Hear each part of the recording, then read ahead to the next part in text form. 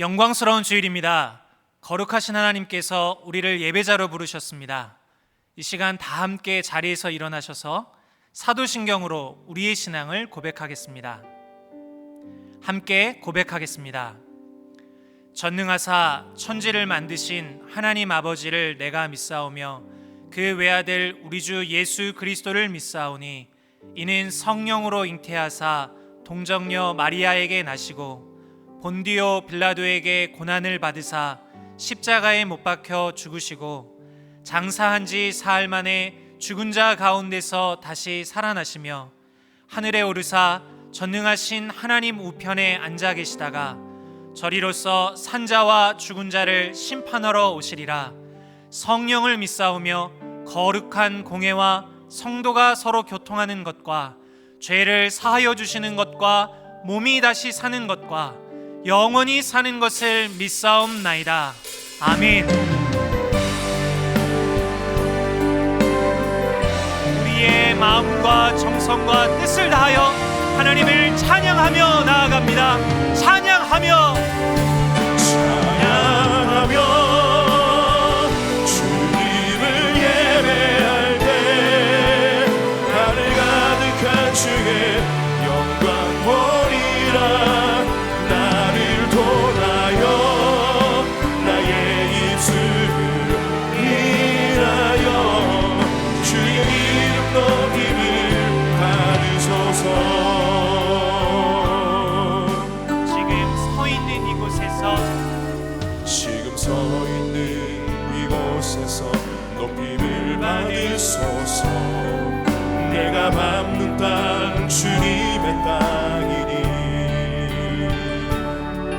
하늘이 주의 이름 높이 올리며 넓은 바다가 주를 노래해.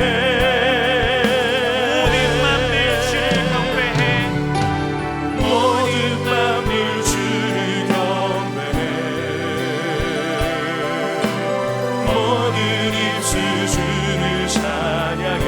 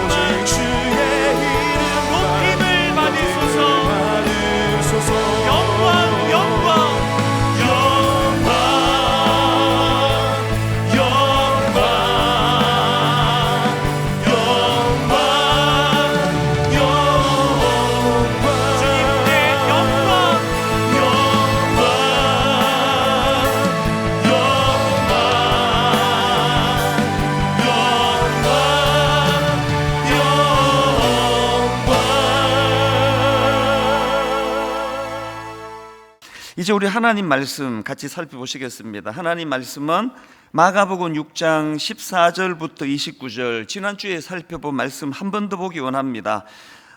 가정에서 예배 드린다 하더라도 우리 다 자리에서 일어나셔서 우리 하나님 앞에 말씀을 받들어 올리기를 원합니다. 마가복음 6장 14절부터 29절까지 말씀인데요, 20절부터 읽으셔도 지장이 없을 것 같습니다. 6장 20절 제가 먼저 읽습니다.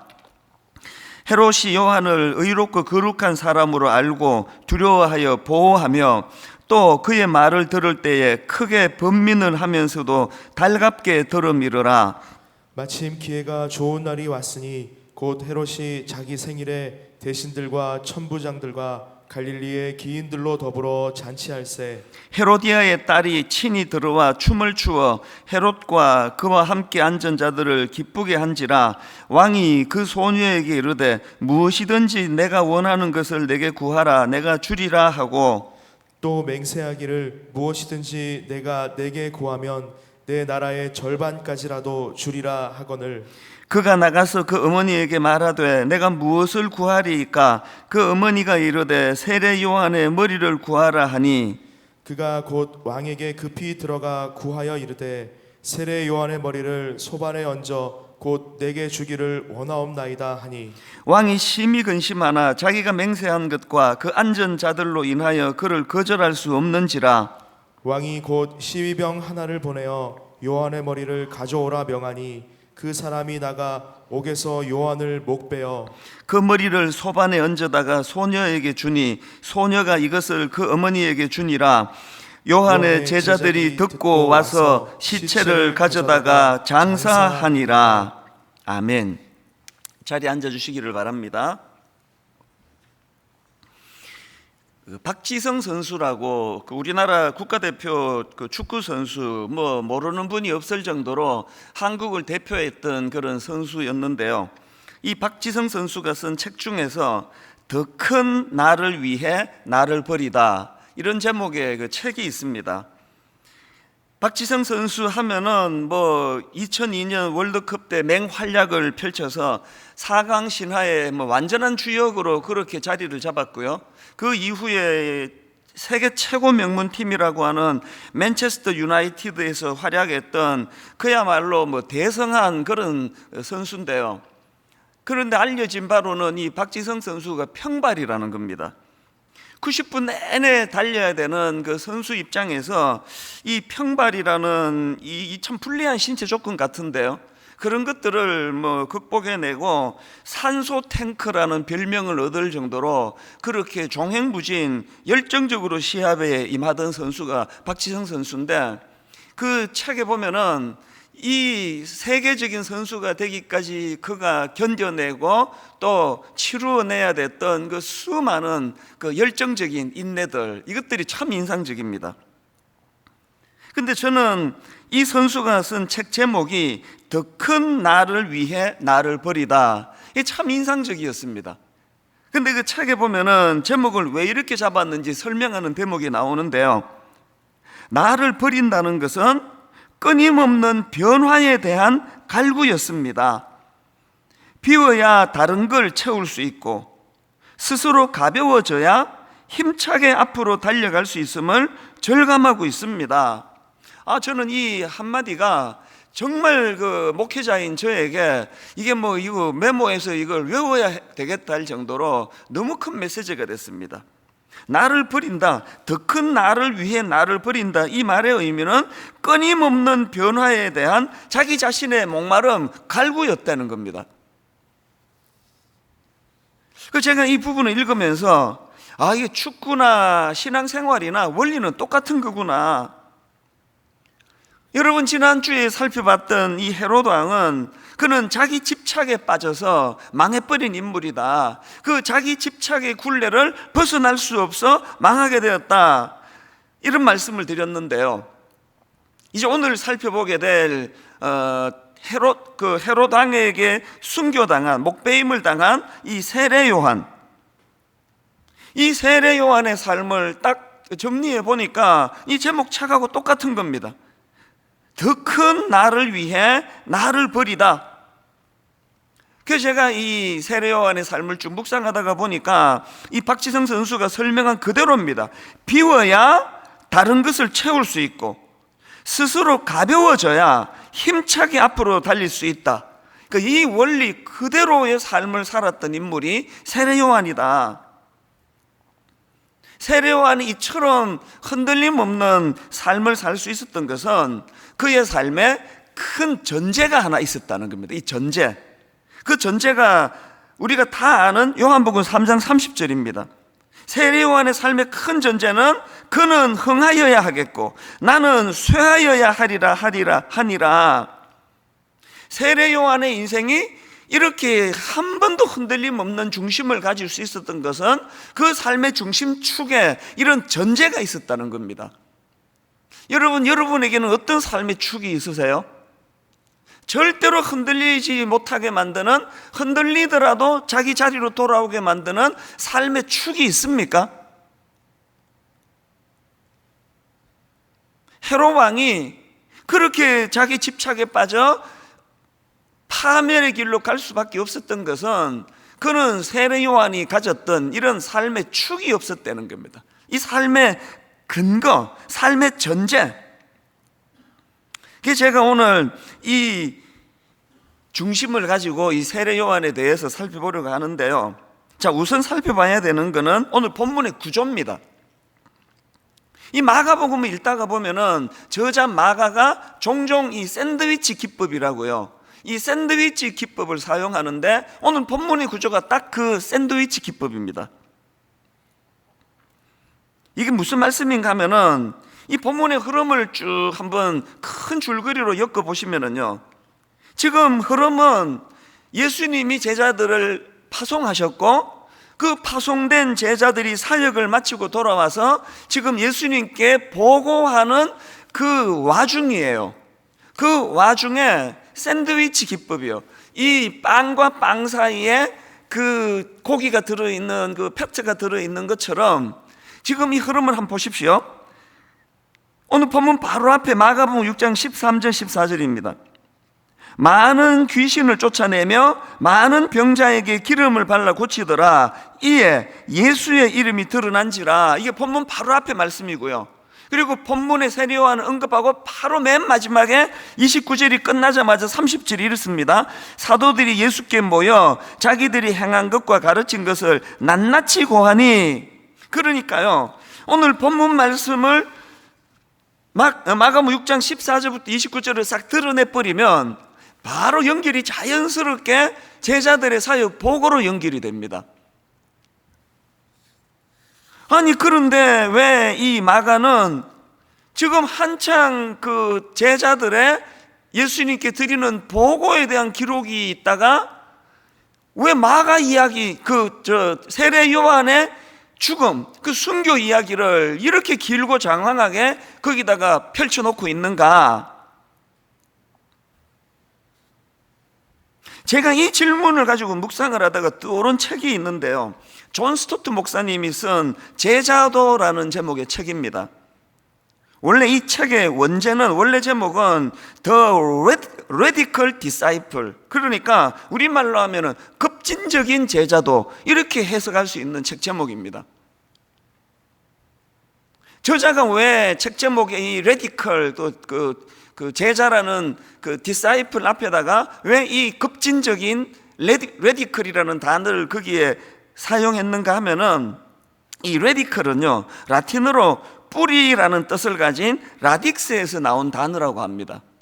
그러니까 지금 이 단어는 급진적인 이런 뜻도 있지만 근원적인, 뿌리를 가지고 있는, 보다 근본적인 이런 뜻을 가지고 있는 단어입니다. 그러니까 지금 저자 존 스토트 목사님이 이 책을 저술하실 때 왜 레디컬이라는 단어를 썼느냐, 제자도의 핵심을 놓쳐서는 안 된다는 사실을 강조하기 위해서 이 뿌리라는 뜻을 가진 이 라딕스, 이 단어에서 나온 레디컬을 쓸 수밖에 없었다는 겁니다. 그러면서 이제 이걸 쭉 설명하고는 마가복음 4장 5절 6절, 들으는 흙이 얕은 돌밭에 떨어짐에 흙이 깊지 아니하므로 곧 싹이 나오나 해가 돋은 후에 타서 뿌리가 없으므로 말랐고, 뿌리가 없으므로 말랐고, 아무리 제자 행세하고 살아도 근원적으로 radical disciple, 뿌리가 없는 제자도는 이건 신용받게 되지 않는다는 이야기입니다. 마가가 지금 왜 샌드위치 기법으로 제자들이 예수님께 사역 보고, 그것도 성공적인 사역 보고를 하는 그 기록 중간에 이 세례 요한의 순교를 여기다 왜 끼워 넣었을까요? 뭘 강조하는 겁니까? 겉으로 드러나는 사역 열매도 중요하지만 앞으로 제자들이 걸어가야 될 길은 순교도 불사할 만큼의 고난의 길이다. 겉으로 드러나는 사역 열매도 중요하지만 여기 나와 있는 대로 뿌리가 없으므로 말랐고 중심이 잡혀있지 않는 이런 제자의 삶이란 건 그건 다 주님을 기만하는 일이다. 이게 저에게 굉장히 큰 도전이 됐습니다. 여러분, 이 말씀이 저에게 왜 도전이 되느냐 하면은요, 제자가 따로 있고 크리스찬이 따로 있는 게 아닙니다. 예수 믿는 신자가 따로 있고 제자가 따로 있는 게 아니고요, 예수 그리스도의 십자가 피로 값주고 산 하나님의 사람들은 모두가 다 제자가 되는 거예요. 더군다나 오스왈드 샌더스가 쓴 영적 제자도라는 책에 보면은 이 신약 성경에서 되게 흥미롭습니다. 신약 성경을 보면은요, 그리스도인 이 표현은 딱 3번 나온답니다. 의외 아닙니까? 그리스도인이라는 표현은 신약 성경에 딱 3번 나오고요, 신자들 이 표현은 딱 2번밖에 나오지 않는답니다. 그 대신에 제자라는 단어는 무려 269번이나 나온다는 겁니다. 그 제가 이 사전을 뒤져보니까요, 일반 사전입니다. 제자 이 단어를 설명하기를 2가지로 설명하는데 되게 흥미로웠습니다. 첫 번째로 이렇게 설명합니다. 스승으로부터 가르침을 받거나 받은 사람, 이렇게 일반론적인 제자를 설명하고, 그 다음에 일반 서점에서 2번째로 제자를 이렇게 설명합니다. 예수의 가르침을 받아 그의 뒤를 따르는 사람. 이게 일반 서적에서 이렇게 사전에서 이렇게 설명하는 게 참 인상적이었습니다. 뭐가 제자라고요? 누가 제자라고요? 예수의 가르침을 받아 그의 뒤를 따르는 사람. 그러면 여러분, 성경에서 크리스찬, 그리스도인이라는 표현은 왜 딱 3번만 쓰고 신자들이라는 표현은 왜 딱 2번만 썼는데 제자라는 단어가 무려 269번이나 나올까요? 뭘 강조하는 겁니까? 오스왈드 샌더스가 이 부분을 바로 이렇게 설명합니다. 한번 들어보십시오. 제자라는 단어의 뜻은 배우는 자, 학생 이런 뜻이지만 예수님은 그 단순한 단어에 더 깊고 심오한 의미를 부여하셨다. 예수님의 말씀에 근거하면 제자는 곧 그리스도의 가르침을 받아서 그 가르침을 믿을 뿐 아니라 삶 속에 실천하는 학생 또는 배우는 자이다. 한마디로 제자는 스승의 관점과 생활 양식을 그대로 본받는 사람이다. 한마디로 제자는 스승의 관점과 생활 양식을 그대로 본받는 사람이다. 다시 말해 배운 대로 따르기 위해 배우는 것이다. 그러기 위해서는 신중한 선택, 확실한 자기 부인, 의지적인 순종이 필요하다. 여러분, 신약 성경에서 그리스도인이라는 표현은 딱 3번, 그리고 신자들이라는 표현은 딱 2번, 여기에 반해서 제자라는 단어가 무려 269번이나 반복되는 이유를 아시겠습니까? 한번 은혜 받고 예수님을 영접하고 신자가 되는 그것으로 끝나는 것이 아니라 뭐라 그랬습니까? 한마디로 제자는 스승의 관점과 생활 양식을 그대로 본받는 사람이라 그러지 않습니까? 끊임없이 구해야 될 은혜가 뭡니까? 끊임없이 우리가 몸부림쳐야 될 게 뭡니까? 스승의 관점과 생활 양식을 그대로 본받는 것이 제자라고 한다면, 주님, 참 스승 되시는 주님을 닮아가기를 원합니다. 참 스승 되시는 주님을 증거하기를 원합니다. 참 스승 되시는 주님을 뒤따르는 제대로 된 크리스찬이 되기를 원합니다. 그거 아니겠습니까? 이런 점에서 저는 세례 요한이야말로 예수님께 직접 배운 형식상 제자라고 할 수 없습니다. 세례 요한은. 그러나 세례 요한만큼 제자도 또 제자의 삶을 제대로 실천한 인물도 없기 때문에 제자도 하면은 세례 요한이 떠오르는 거 아닙니까? 그래서 저는 오늘 이 세례 요한의 모습을 보면서 예수 믿는 우리들이 그저 한번 나는 은혜 받았다, 구원 받았다, 난 이제 그냥 뭐 내 멋대로 살아도 된다가 아니라 정말 주님을 닮아가고자 하는, 정말 그 주님을 제대로 증거하고자 하는 이 열망을 가진 그런 신자들이 많이 모인 그런 한국 교회가 되기를 원하고, 그런 분당 우리 교회가 되기를 원하면서 저는 주님의 제자들이 추구해야 되는 목표가 있다고 생각하는데요, 오늘 본문의 세례 요한을 중심으로 한 3가지 정도를 살펴보려고 합니다. 자, 주님의 제자들이 추구해야 될 3가지 목표 중에 첫 번째, 단순한 삶입니다. 단순한 삶. 제가 마가복음을 읽으면서 굉장히 인상적이다 생각했던 게요, 마가복음은요 세례 요한의 등장으로 마가복음이 시작이 됩니다. 마가복음의 첫 문을 세례 요한이 여는 거거든요. 보시겠습니까? 자, 마가복음 1장 1절 2절입니다. 하나님의 아들 예수 그리스도의 복음의 시작이라 선지자 이사야의 글에 보라, 내가 내 사자를 내 앞에 보내노니 그가 내 길을 준비하리라. 그리고 나서 준비하는 인물로 세례 요한이 등장을 합니다. 3절 4절입니다. 광야에 외치는 자의 소리가 있어 이르되 너희는 주의 길을 준비하라, 그의 오실 길을 곧게 하라. 기록된 것과 같이 세례 요한이 광야에 이르러 죄 사함을 받게 하는 회개의 세례를 전파하니, 마가복음의 문을 세례 요한이 열고 있다는 겁니다. 그리고 세례 요한에게 맡겨진 그 역할이 굉장히 단순합니다.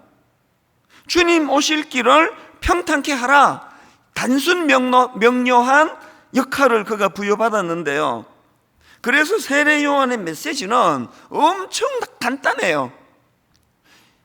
오실 메시아 예수 그리스도가 선포하게 되실 회개하라 천국이 가까웠느니라, 이것을 평탄케 하기 위한 세례 요한의 삶 속에서 이거 하나를 얼마나 강조하면서 선포한 게 그게 세례 요한의 메시지거든요. 그리고 이런 단순한 사명을 감당하기 위해서는 말만 단순해서 되지 않는다는 걸 몸으로 보여준 게 그의 이 간단하고 단순한 삶 아닙니까? 마가복음 1장 6절이요. 요한은 낙타 트롯을 입고 허리에 가죽띠를 띠고 메뚜기와 석청을 먹더라.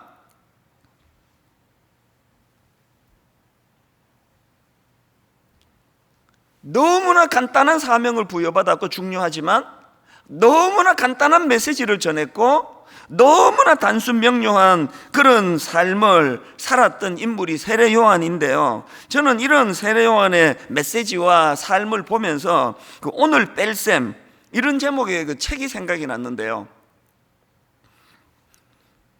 이 책의 저자가 이제 미술을 배운 적이 있나 봅니다. 그래서 이제 그 미술 전문가를 찾아가서 이제 미술을 좀 가르쳐 주시기, 그림 그리는 걸 좀 가르쳐 주세요. 그랬더니 그 선생님이 하는 말이, 그러면 이제 지금 수준이 어느 정도 되는지를 알아야 되니까 자유 주제로 본인이 원하는 대로 그렇게 그림을 한번 그려와 보세요.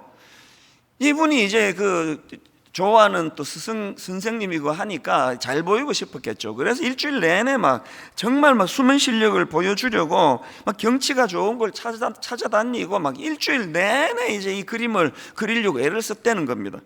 그래서 이제 기대감을 가지고 일주일 뒤에 그 선생님을 찾아갔는데 그 선생님이 그림을 딱 보더니 이런 탄성을 지르더래요.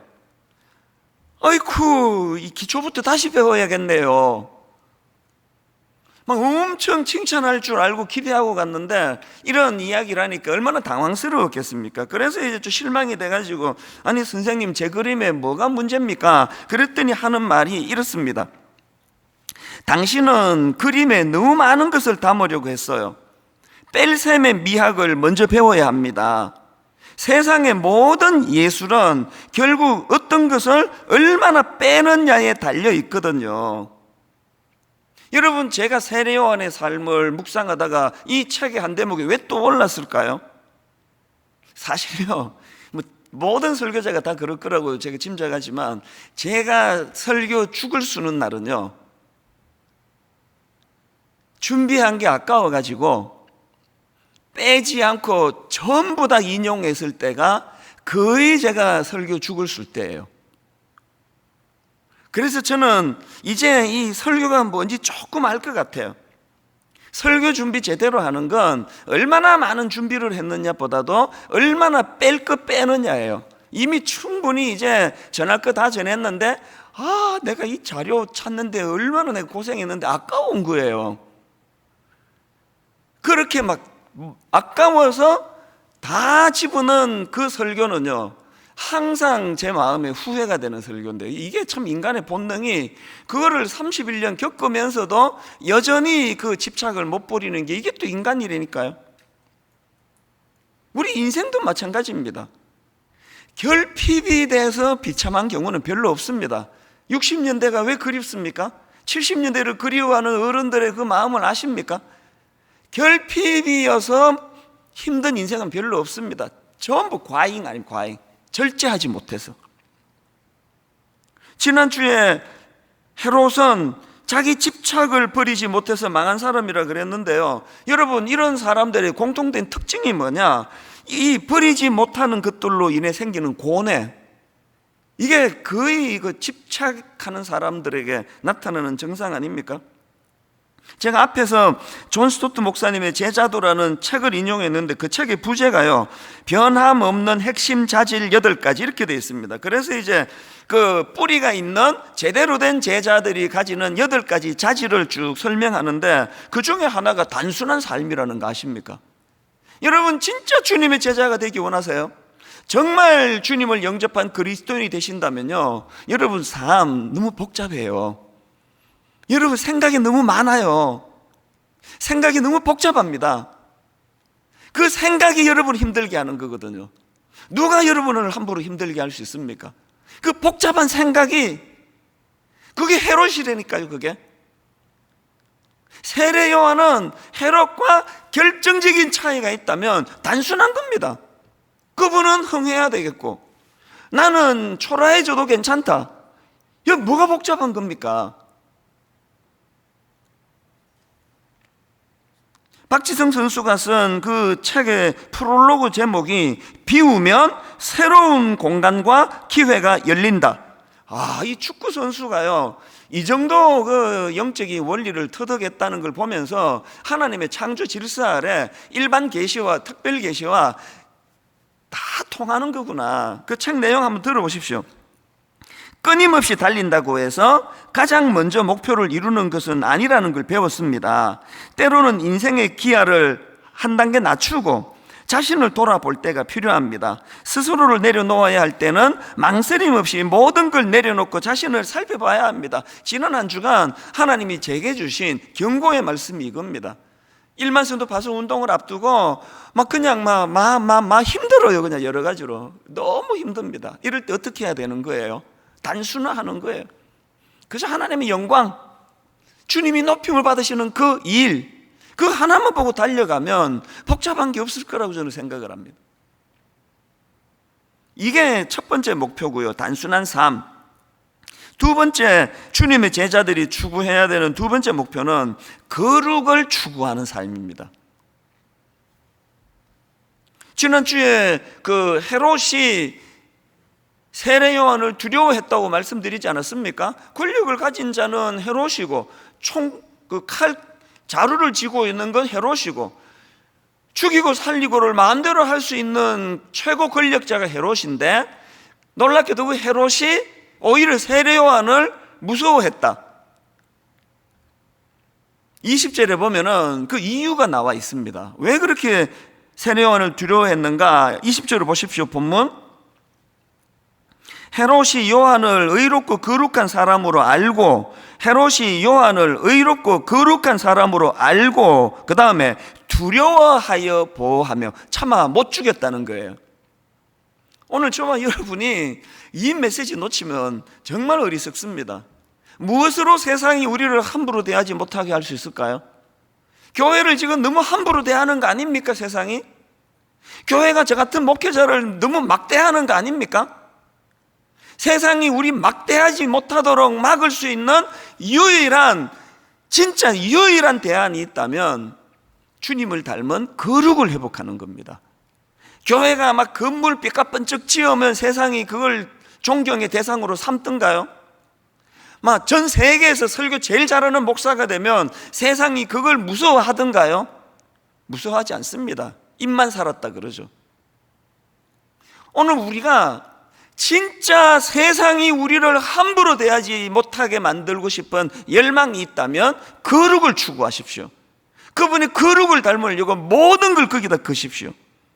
헤롯이 요한을 의롭고 거룩한 사람으로 알고 두려워하여 보호하며, 여러분 이거 아십니까? 이거 알면 어떤 분은 충격받을 텐데, 또 실망될 텐데, 세례 요한이요 복음 전하다가 참수당한 거 아닙니다. 세례 요한이 복음 전하다가 목숨을 잃은 게 아니고요, 부도덕한 헤롯 왕의 삶을 지적하다가 목숨을 잃었습니다. 그래서 어떤 분들은 세례 요한의 죽음이 좀 이거 뭐 무모하다, 허무하다 이렇게 분석하는 사람도 있는데요, 그 정말 뭘 모르는 분석이라 생각합니다. 자, 세례 요한이 죽음을 맞이하게 된 것은 복음 전하다가 죽은 거 아니라는 게 본문 18절에 나옵니다. 이는 요한이 헤롯에게 말하되 동생의 아내를 취한 것이 옳지 않다 하였습니다. 이것 때문에 죽은 사람이 세례 요한입니다. 허무하지 않으세요? 예수 전하다가, 오실 메시아를 전하다가 그렇게 순교를 당한 게 아니고요, 그 왕 보고 니 그 똑바로 살아라, 이 뭐냐 이게, 이러다가 죽은 게 세례 요한이에요. 뭘 여기서 얻을 수가 있습니까? 여러분, 제가 앞에서 존 스토트 목사님이 쓰신 제자도라는 책의 부제가 이제 변함없는 핵심 자질 8가지라고 말씀드렸잖아요. 그런데 여러분, 이 자질 8개 중에 제일 먼저 나오는 첫 번째가 세상에 대한 불순응입니다. 세상에 대한 불순응. 거기 나오는 한 대목을 읽어드릴게요. 교회는 주변 세상에 대해 이중적인 책임을 가진다. 한편으로는 우리는 세상 속에 살고 세상을 섬기며 세상에서 증인의 역할을 감당해야 된다. 하지만 또 다른 한편으로는 세상에 오염되지 말아야 한다. 세상에서 도피하여 거룩함을 보존하려 해서는 안 되고 세상에 순응하여 거룩함을 희생시켜서도 안 된다. 그래서 존 스토트 목사님이 강조하는 제자도의 변함없는 핵심 자질 8개 중에 첫 번째가 세상에 대한 불순응이라니까요. 세례 요한의 죽음이 헛되다고요? 누가 그런 이야기를 합니까? 세례 요한이 온전한 제자의 삶을 살았다, 그렇게 확실하게 말할 수 있는 근거가 여기 있는 거 아닙니까? 그는 세상을 섬기고 세상을 변화시키는 이 역할을 행하는 한편 세상에 오염되지 않는 하나님의 사람으로 살았다는 사실입니다. 제가 부끄러워해야 되는 게 있다면 말 주변이 없어서 설교를 잘 못하는 게 아닙니다. 제가 부끄러워해야 되는 게 있다면 지식이 없어가지고 엉뚱한 것 잘못 떠들어대는 데 있지 않습니다.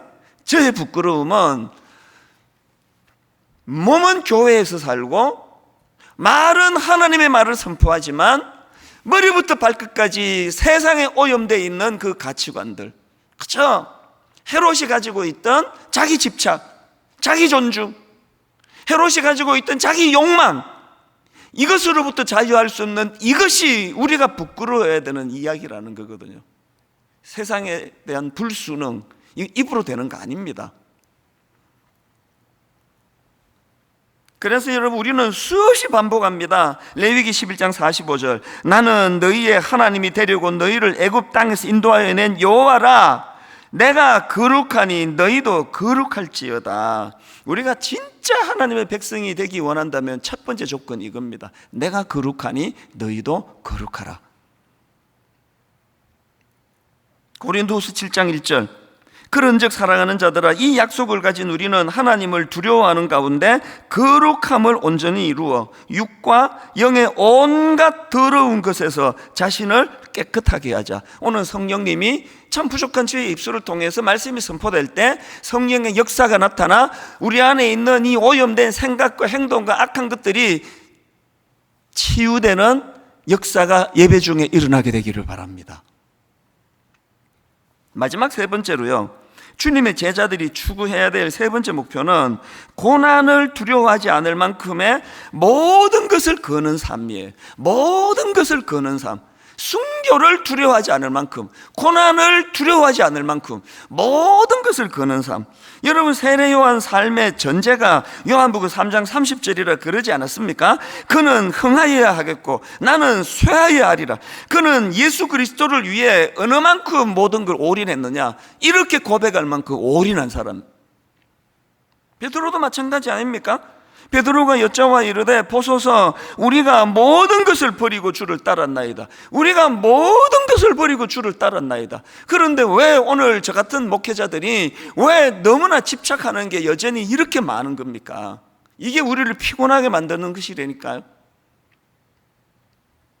사도 바울도 마찬가지 아닙니까? 빌립보서 1장 20절, 나의 간절한 기대와 소망을 따라 아무 일에든지 부끄러워하지 아니하고 지금도 전과 같이 온전히 담대하여 살든지 죽든지 내 몸에서 그리스도가 존귀하게 되게 하려 하나니 이는 내게 사는 것이 그리스도니, 이는 내게 사는 것이 그리스도니 죽는 것도 유익함이라. 사도 바울의 집중력이 느껴지십니까? 예전에 나온 책 중에요, 올인이라는 제목의 책이 있었는데요, 그 책 표지에 나와 있는 문장 하나, 딱 한마디가 이렇습니다. 나는 너를 원한다. 우리가 왜 단순히 살아야 되느냐고요? 주님의 명령이 너무 단순하시기 때문이에요. 나는 너를 원한다. 뭐 잡다한 설명 없습니다. 저를 원하신대요. 여러분을 원하신대요. 이거 복잡합니까? 누가복음 14장 26절, 물은 내게 오는 자가 자기 부모와 처자와 형제와 자매와 더욱이 자기 목숨까지 미워하면 능히 내 제자가 되지 못하고. 이단들이 이런 말씀을 너무나 곡해하는 거예요. 여기서 말하는 자기 목숨까지 미워하면 앞에 있는 부모와 처자와 형제와 자매와 자기 목숨까지 미워하면, 이거를 글자 그대로 해석해가지고 집 나와라, 가출해라, 네 남편하고 이혼해라. 그건 너무나 가정한 거예요. 여기 나와 있는 미워하다, 이건 원어적인 의미로 살펴보면은 덜 사랑하다, 이런 뜻입니다. 이혼하라는 거 아닙니다. 남편 막대하라는 거 아닙니다. 부모 함부로 대해도 된다, 이거 아닙니다. 이 의미의 문제예요. 중심의 문제예요.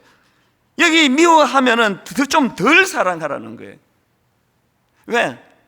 내버려두면 온통 자기 집착, 온통 자기 욕망, 그것이 내 자식, 내 아내, 내 부모, 여기에만 몰두해 있는 인생이기 때문에 조금만 좀 덜 사랑해라. 조금만 덜 사랑해라.